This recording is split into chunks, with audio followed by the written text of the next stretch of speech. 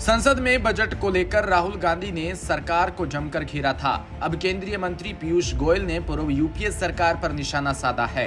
उन्होंने कहा कि यूपीए के कॉल में राजकोषीय घाटा अधिक था और साथ ही विकास भी कम हुआ। इसी के साथ केंद्रीय मंत्री ने कहा कि यूपीए सरकार के दौरान महंगाई बहुत ज्यादा थी। यूपीए सरकार 2014 में कमजोर अर्थव्यवस्था छोड़कर गई थी।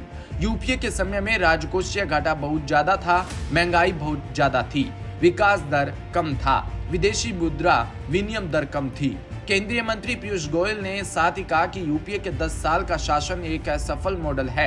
यूपीए सरकार के दौरान क्रॉनी कैपिटलिज्म और अपने सबसे बुरे दौर में था।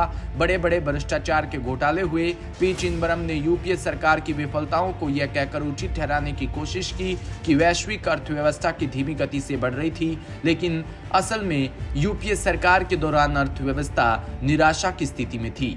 अंतर्राष्ट्रीय एजेंसियां भारत को डाउनग्रेड करने के बारे में सोच रही थी। देश 2014 में शीर्ष 5 कमजोर अर्थव्यवस्थाओं में से आज 5 अर्थव्यवस्थाओं में आ गया है। हम आज 10वें स्थान से 5वें स्थान पर आ गए। अगले 3 वर्षों में भारत तीसरी सबसे बड़ी अर्थव्यवस्था होगी।